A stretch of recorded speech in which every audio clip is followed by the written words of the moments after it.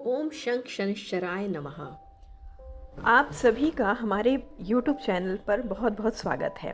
प्रिय भक्तजनों, आज शनिवार के दिन आइए सुनते हैं शनिदेव महाराज की बड़ी ही पावन और दिव्य कथा। इस कथा को श्रद्धा भाव से सुनने मात्र से मनुष्य पर शनि दोष, शनि की ढैया और साढ़े साती का प्रभाव कभी नहीं पड़ता है।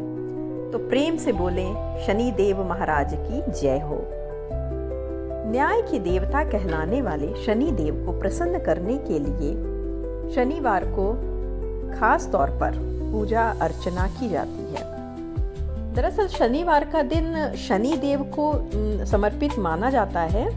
कहते हैं कि शनि देवता की वक्र दृष्टि से इंसान ना तो क्या सृष्टि के रचयिता भी नहीं बच सकते हैं, इंसान तो क्या मतलब कि भगवान भी नहीं बच सकते हैं। प्रकृति के संचालन के लिए उन्हें भी प्रकृति के नियमों का पालन करना होता है। पौराणिक कथाओं के अनुसार शनि देव की वक्र दृष्टि से स्वयं भोलेनाथ भी नहीं बच सके थे। शनि देव अगर किसी पर प्रसन्न हो जाते हैं तो व्यक्ति का जीवन धन से परिपूर्ण हो जाता है। वहीं अगर शनि देव किसी पर दुष्ट हो जाते हैं, कुपित हो जाते हैं, उनके जीवन के बुरे दिन शुरू हो जाते हैं। भगवान भोलेनाथ पर शनि देव की वक्र दृष्टि को लेकर एक पौराणिक कथा प्रचलित है। कथा के अनुसार एक बार शनि देव अपने आराध्य भोलेनाथ के दर्शनों के लिए कैलाश पर्वत पर पहुंचे थे। उन्होंने भगवान भोलेनाथ को प्रणाम कर पहले उनसे आशीर्वाद लिया। फिर शनि देव ने भगवान शिव को विनम्र भाव से बताया कि कल आपकी राशि में मेरी वक्र दृष्टि पड़ने वाली है। इस पर भोलेनाथ आश्चर्यचकित हुए और पूछा कि कितने वक्त के लिए शनिदेव की दृष्टि उनकी राशि में रहेगी। इस पर शनिदेव ने 1.25 प्रहर तक ऐसा रहने की बात कही। शनिदेव की बात सुनकर भगवान भोलेनाथ स्वयं महादेव उनकी कुदृष्टि से बचने का उपाय सोचने लगे और अगले दिन वे कैलाश पर्वत से पृथ्वी पर आ गए। इस दौरान उन्होंने वक्र दृष्टि से बचने के लिए हाथी का रूप धारण कर लिया। सूर्यास्त के बाद जब वक्र दृष्टि का प्रहर बीत गया तो शिवजी दोबारा अपने वास्तविक रूप में आ गए और प्रसन्न होकर कैलाश पर्वत पर लौट गए। जब शिवजी कैलाश पर्वत पर पहुंचे तो वहां पहले से ही शनिदेव विराजमान थे। इस पर शिवजी ने कहा, शनिदेव को देखकर कहा कि आपकी वक्र दृष्टि का मुझ पर असर नहीं हुआ है। इस पर शनिदेव ने प्रभु से क्षमा मांगते हुए कहा कि मेरी वक्र दृष्टि के ही कारण आपको देव योनि से पशु योनि में पृथ्वी लोक पर इतने वक्त तक वास करना पड़ा। शनिदेव की ये बात सुनकर भगवान भोलेनाथ मुस्कुरा दिए और उन्हें अपना आशीर्वाद दिया। तो प्रेम से बोले शनिदेव महाराज की जय हो। अब आइए सुनते हैं शनिवार व्रत से जुड़ी अगली पौराणिक कथा। आज के दिन जो भी मनुष्य इस व्रत को करता है या इस कथा का श्रवण करता है तो उन भक्तों पर शनि देव जी के साथ साथ हनुमान जी, भोलेनाथ की भी कृपा प्राप्त होती है उन्हें, क्योंकि शनि दोष से परेशान मनुष्य इस दिन हनुमान जी की कथा को सुनने तथा कीर्तन करने से उनकी सभी प्रकार के ग्रह और साढ़े साती समाप्त होती है, ढैया समाप्त हो जाती है और साथ ही शनिदेव की कृपा से भक्तों को रोगों से मुक्ति मिलती है। आइए सुनते हैं एक प्रेरक कहानी। होनी बहुत बलवान है। अभिमन्यु के पुत्र राजा परीक्षित थे। राजा परीक्षित के बाद उनके पुत्र जन्मेजय राजा बने। एक दिन जन्मेजय वेद व्यास जी के पास बैठे थे। बातों ही बातों में जन्मेजय ने कुछ नाराजगी से वेद व्यास जी से कहा कि जहां आप समर्थ थे, भगवान श्री कृष्ण थे, भीष्म पितामह गुरु द्रोणाचार्य थे, कुल गुरु कृपाचार्य जी, धर्मराज युधिष्ठिर जैसे महान लोग उपस्थित थे, फिर भी आप महाभारत के युद्ध को होने से नहीं रोक पाए और देखते ही देखते अपार जन धन की हानि हो गई। यदि मैं उस समय रहा होता तो अपने पुरुषार्थ से इस विनाश को होने से बचा लेता। अहंकार से भरे जन्मेजय के शब्द सुनकर भी व्यास जी शांत रहे। उन्होंने कहा, पुत्र, अपने पूर्वजों की क्षमता पर शंका ना करो। यह विधि द्वारा निश्चित था, जो बदला नहीं जा सकता था। यदि ऐसा हो सकता तो श्री कृष्ण में ही इतनी सामर्थ्य थी कि वे युद्ध को रोक सकते थे। जन्मेजय अपनी बात पर अड़ा रहा और बोला, मैं इस सिद्धांत को नहीं मानता। आप तो भविष्य वक्ता हैं। मेरे जीवन की होने वाली किसी होनी को बताइए। मैं उसे रोक कर दिखाऊंगा या प्रमाणित कर दूंगा कि विधि का विधान निश्चित नहीं होता है। व्यास जी ने कहा, पुत्र, यदि तू चाहता है तो सुन। कुछ वर्ष बाद तू काले घोड़े पर बैठकर शिकार करने जाएगा। दक्षिण दिशा में समुद्र तट पर पहुंचेगा। वहां तुम्हें एक सुंदर स्त्री मिलेगी जिसे तू महलों में लाएगा और उससे विवाह करेगा। मैं तुमको मना करूंगा कि यह सब मत करना, लेकिन फिर भी तुम यह सब करोगे। इसके बाद उस लड़की के कहने पर तू एक यज्ञ करेगा। मैं तुमको आज ही चेता रहा हूँ कि उस यज्ञ को तुम वृद्ध ब्राह्मणों से कराना, लेकिन वह यज्ञ तुम युवा ब्राह्मणों से कराओगे। और जन्मेजय ने हंसते हुए व्यास जी की बात काटते हुए कहा कि मैं आज के बाद काले घोड़े पर ही नहीं सब बैठूंगा, तो यह सब घटनाएं घटित होंगी ही नहीं। व्यास जी ने कहा कि यह सब होगा, और अभी आगे की सुन। उस यज्ञ में एक ऐसी घटना घटित होगी कि तुम उस रानी के कहने पर उन युवा ब्राह्मणों को प्राण दंड दोगे, जिससे तुम्हें ब्रह्म हत्या का पाप लगेगा और तुम्हें कुष्ठ रोग भी होगा, और वही तेरी मृत्यु का कारण बनेगा। इस घटनाक्रम को रोक सको तो रोक लो। वेद व्यास जी की बात सुनकर जन्मेजय ने एहतियात बस शिकार पर जाना ही छोड़ दिया। परंतु जब होनी का समय आया तो उसे शिकार पर जाने की बलवती इच्छा हुई। उसने सोचा कि काला घोड़ा नहीं लूँगा, पर उस दिन उसे अस्तबल में काला घोड़ा ही मिला। तब उसने सोचा कि मैं दक्षिण दिशा में नहीं जाऊँगा, परंतु घोड़ा अनियंत्रित होकर दक्षिण दिशा की ओर गया और समुद्र तट पर पहुँचा। वहाँ पर उसने एक सुंदर स्त्री को देखा और उस पर मोहित हुआ। जन्मेजय ने सोचा कि इसे लेकर महल में तो जाऊंगा, लेकिन शादी नहीं करूंगा। परंतु उसे महलों में लाने के बाद उसके प्यार में पड़कर उससे विवाह भी कर लिया। फिर रानी के कहने से जन्मेजय द्वारा यज्ञ भी किया गया और उस यज्ञ में युवा ब्राह्मण ही रखे गए। इसी बात पर युवा ब्राह्मण रानी पर हंसने लगे। रानी क्रोधित हो गई और रानी के कहने पर राजा जन्मेजय ने उन्हें प्राणदंड की सजा दे दी। फलस्वरूप उसे कोढ़ हो गया।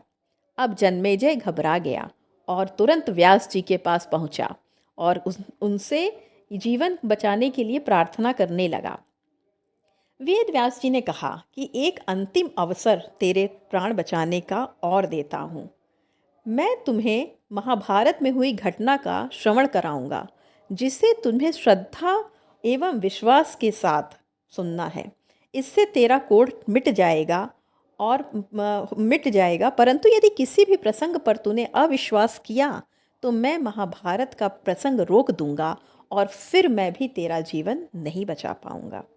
याद रखना, अब तेरे पास यह अंतिम अवसर है। अब तक जन्मेजय को व्यास जी की बातों पर पूरा विश्वास हो चुका था, इसलिए वह पूरी श्रद्धा और विश्वास से कथा श्रवण करने लगे। व्यास जी ने कथा आरंभ करी और जब भीम के बल के वह प्रसंग सुनाए जिसमें भीम ने हाथियों को सूंडों से पकड़कर उन्हें अंतरिक्ष में उछाला था, वे हाथी आज भी अंतरिक्ष में घूम रहे हैं, तब जन्मेजय अपने आप को रोक नहीं पाया और बोल उठा कि यह कैसे संभव हो सकता है, मैं इसे नहीं मानता। व्यास जी ने महाभारत का प्रसंग रोक दिया और कहा कि पुत्र, मैंने तुम्हें कितना समझाया कि अविश्वास मत करना, परंतु तुम अपने स्वभाव को नियंत्रित नहीं कर पाए, क्योंकि यह होनी द्वारा निश्चित था। फिर भी व्यास जी ने अपनी मंत्र शक्ति से आवाहन किया और वे हाथी पृथ्वी की आकर्षण शक्ति में आकर नीचे गिरने लगे। तब व्यास जी ने कहा, यह मेरी बात का प्रमाण है।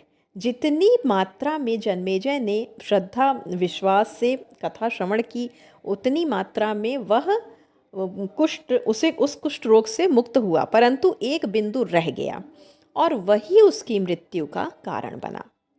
इस कथा का सार यह है कि कर्म हमारे हाथ में है, लेकिन उसका फल हमारे हाथों में नहीं है। गीता जी के 11वें अध्याय के 33वें श्लोक में श्री कृष्ण अर्जुन से कहते हैं, उठ खड़ा हो और अपने कार्य द्वारा यश प्राप्त कर। यह शब्द तो मेरे द्वारा पहले ही मारे जा चुके हैं। तू तो केवल निमित्त मात्र बना है। होनी को हटाला नहीं जा सकता है, लेकिन उत्तम कर्म व ईश्वर नाम जप से होनी के प्रभाव को कम किया जा सकता है। तो प्रेम से बोले, राधे राधे, जय श्री कृष्णा।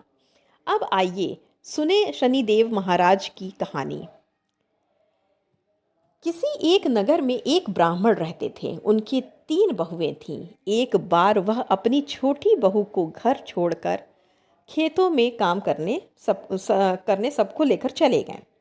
वह छोटी को जाने से पहले भोजन बनाने और पूजा की तैयारी का उपदेश देकर चले गए। वह बड़ी दानी स्वभाव की थी। सबके चले जाने पर